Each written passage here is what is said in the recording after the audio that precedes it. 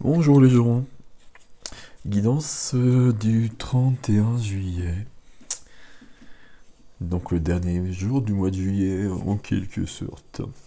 Voilà, je suis en train de faire brûler de la sauge, visiblement ça brûle. Bon, on va laisser. Alors, on y va. On y va. Alors mon jeu, enfin il y a deux jeux, hein, vous le savez bien ici, il commence à être un peu fatigué. Tiens donc. Alors, Charity, Lady Charité qui est avec nous. La flamme jumelle de Samuel. Ça, c'est une énergie nouvelle, c'est surprenant. Enfin, c'est surprenant, je sais pas. La flamme bleue avec Elmoria. Donc avec Charity, Lady Charité, peu importe, on est sur la flamme rose. Et il y a Orion qui est là aussi. Ok, alors attendez, parce que j'ai mis des lunettes et je ne vois rien. c'est un principe intéressant. Ok, alors je vous les montre. Je vois pas l'écran comme d'habitude, enfin j'ai mis très loin, en plus c'est pas grave. Donc Charity, la flamme rose du féminin sacré évidemment, mais de l'amour inconditionnel, de la compassion, de la tolérance également évidemment. Et puis le Swan de la flamme bleue, donc du masculin, donc on a bien les deux. Ok. Et donc El Moria de la flamme bleue du masculin sacré, du masculin divin, peu importe, de l'action, de la protection également. Et nous avons avec nous, j'allais dire Monsieur Orion, l'archange Orion, tel que le manifeste Kyle Gray. Et l'archange Orion, il porte aussi quand même, c'est l'Élohim de la flamme rose. Ok, donc on est quand même sur des énergies ici très ancrées entre le féminin, alors c'est dans ce sens-là, pardon d'ailleurs, entre un équilibre entre le féminin et le masculin, la réception et l'action. Ok, ok. Alors ici, on continue. Alors on va pas en prendre deux, ça fait trop. Parce qu'il y a trop d'informations ici.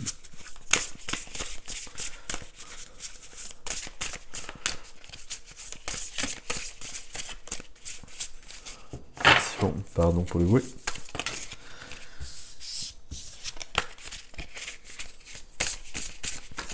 Voilà, merci.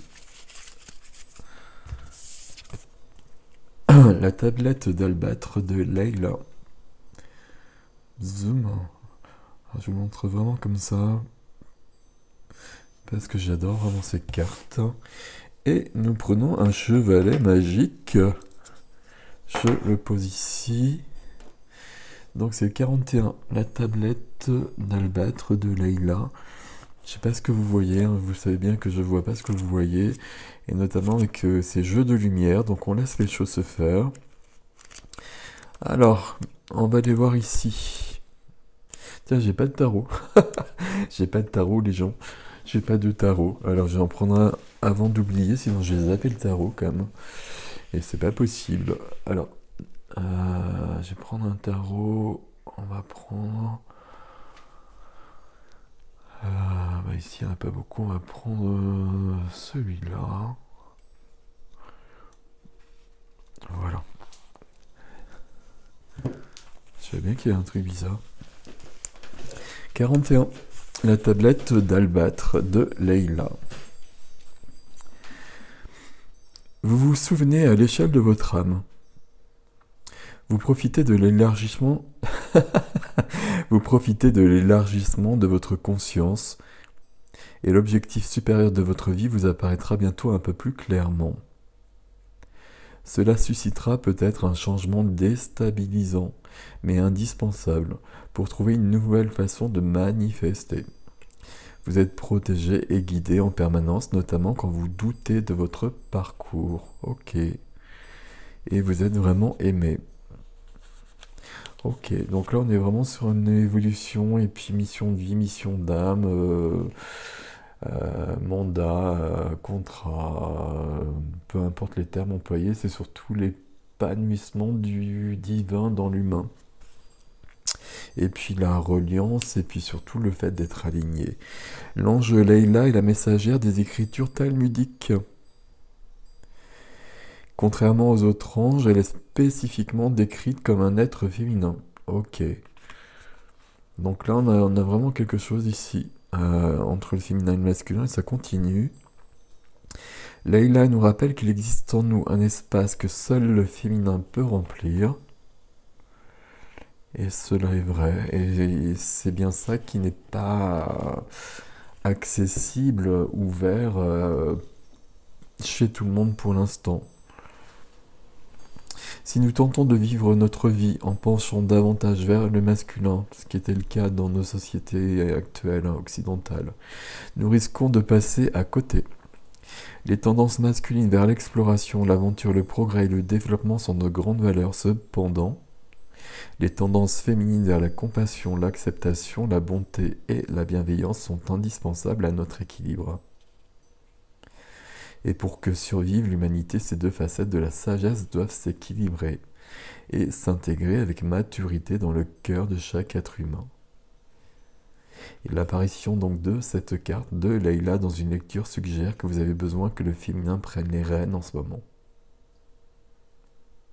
N'essayez pas de vous imposer un chemin basé sur votre perspective actuelle, mais laissez-vous guider. Et donc Leïla est l'ange gardien qui veille sur toutes les transitions. Et tiens, notamment lorsque l'âme pénètre l'embryon. C'est intéressant ça pendant la conception. En Égypte ancienne, l'albâtre était considéré comme une pierre gardienne, guidant l'âme vers la lumière, pendant les périodes de transition. Et donc la tablette d'albâtre de Leïla indique que vous traversez actuellement une importante transition. Et dans le Talmud, alors voilà, tout est intéressant en fait, hein. Je suis désolé, je lis tout. Dans le Talmud, Leïla enseigne la sagesse à toutes les âmes avant qu'elles ne naissent. Il y a beaucoup de choses, hein. Vous savez que ça fait partie de mes missions, de ma mission principale, même par rapport aux enfants à venir et des enfants qui sont en train de venir. Mais je vous cache pas que je suis un peu perdu par rapport à tout ça, parce que c'est très très en retrait actuellement. Bon, on va voir. Il y a peut-être un message justement pour moi ici. Je regarde si je vous lis autre chose ou pas. Et c'est ou pas. Ok. Bon, on est déjà sur des choses très claires ici. Une couleur. Une couleur. Alors, qu'est-ce qui s'est passé là? Je sais pas, je remets, je sais pas. Alors, attendez, j'en ai dans tous les sens. Voilà, c'est l'or. Waouh. Je cultive mon intelligence et je la mets au service de nobles causes. Zoom, zoom, zoom. Ok. Et en même temps, là, je cultive mon intelligence, je cultive l'intelligence du cœur, hein, pas l'intelligence du mental, hein. Là, on a bien vu avec Leïla et puis avec la flamme rose qui s'équilibre avec la flamme bleue, qu'on est bien sur du féminin sacré là, et donc sur une évolution à ce niveau-là qui passe par de la réception et une réceptivité et une ouverture qui nous amène vers une transition qu'on ne peut pas forcément bien comprendre si on cherche dans le mental. Donc on laisse les choses se faire. Alors, je sais pas ici, je les remets mais je suis pas sûr, J'ai le soleil, le 7 de coupe. Ah mais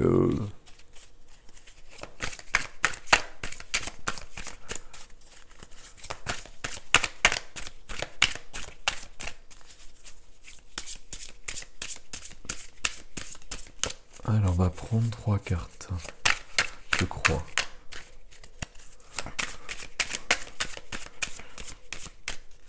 Ok.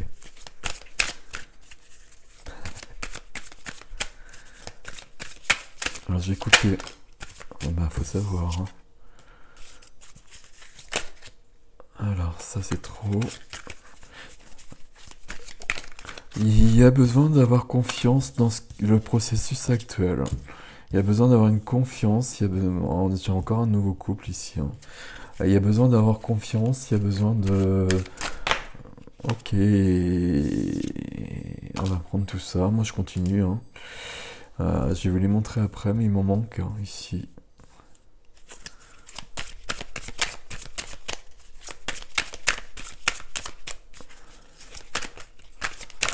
Voilà. Ben voilà le soleil et le chariot. Comme ça, c'est clair. Donc, il y a besoin d'avoir confiance ici. J'espère que vous voyez la carte. Même si on est dépassé.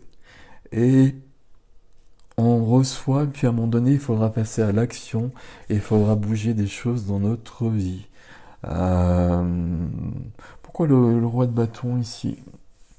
Parce qu'on va pas faire les deux dans la même journée, donc on est quand même sur le 31 juillet, hein. Donc ici, il y a bien cette confiance, et cette confiance de recevoir et d'être dépassé par des choses, donc c'est ok. Il y a peut-être quand même, c'est pas une action, mais c'est plutôt une intention qu'on pose, d'accepter justement ce fait, de suivre les choses, d'être dépassé, mais d'être ok avec ça. Et bah justement, on est ok avec ça et puis on suit pas les choses. On cherche pas à fuir. On cherche pas à fuir, on cherche pas à trouver une porte de sortie qui serait plus facile.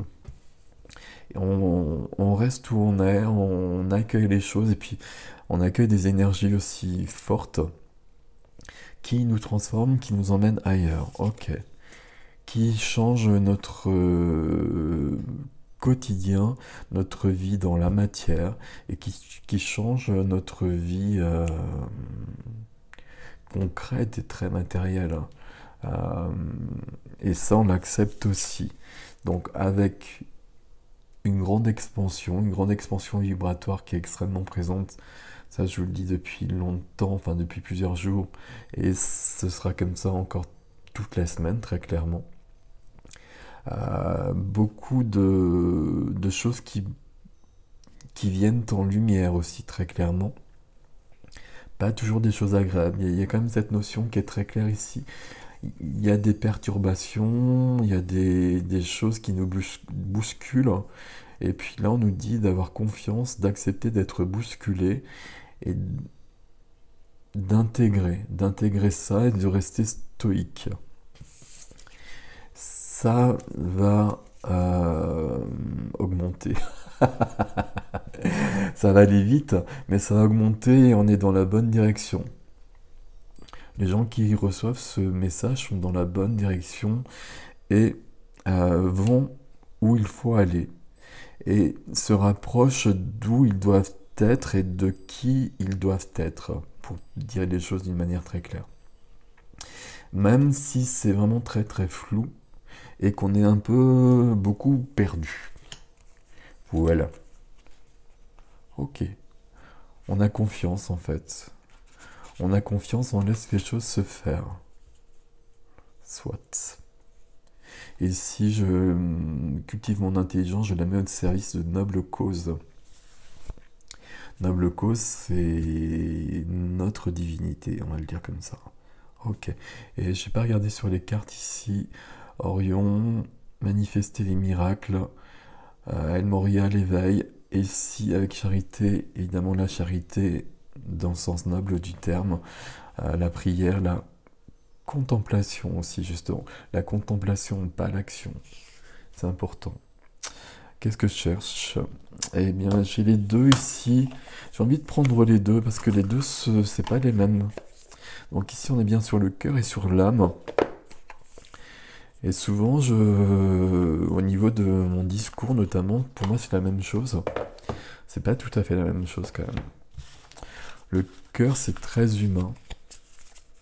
Et du coup, ouais, forcément, j'ai les mélangés. Donc il y a du bleu et du rose. Ok, bon voilà. Alors, ici, une carte.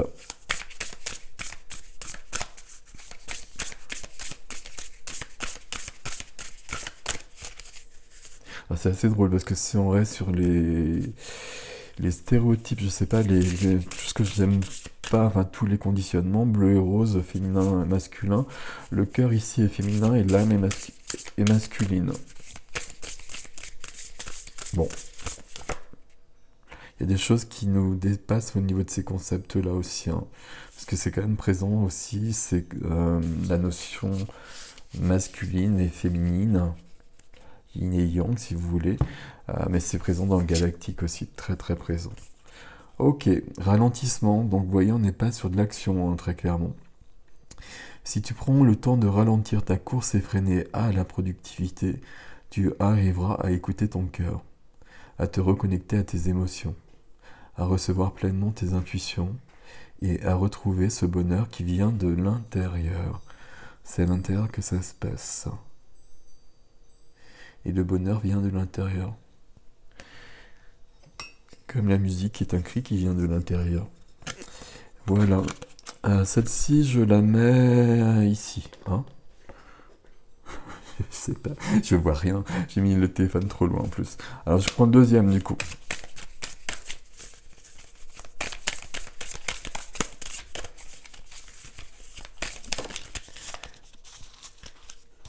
Et c'est récolté. Cela fait un moment que tu sèmes et travailles dur pour mener à bien tes projets. Le temps de la récolte est enfin arrivé. Tu vas pouvoir savourer ce moment tant attendu et pour lequel tu as tant travaillé.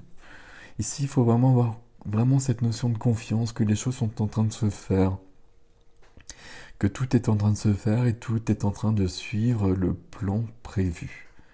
Même s'il peut y avoir des soubresauts parfois, on suit bien le plan prévu et tout se passe bien. Même si dans notre vie, c'est quand même un peu space. Mais tout se passe bien et donc la récolte aura lieu. Et puis la récolte, elle a déjà lieu parce qu'on est en train d'être modifié, j'avais presque envie de dire. Et puis on est en train d'être dans une expansion. Je trouve pas le terme, d'être le terme qu'on avait tout à l'heure, je sais plus, avec Leïla, d'être dans une grande transition et qu'il faut l'accepter. Là, on est sur du soleil, hein, tout ça ici, tout est clair, par contre, c'est pas la lune qui est là, c'est vraiment le soleil. On fuit pas, ici, il n'y a que des reines, rois, des maîtrises et des majeurs, il y a juste ce petit gars-là qui nous embête. Et ce petit gars-là, il cherche à fuir. Et donc on va pas chercher à fuir, on va rester stoïque et on va intégrer, on va récolter au fur et à mesure et on va suivre la transition.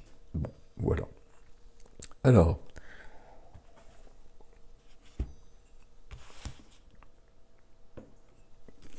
la petite voix.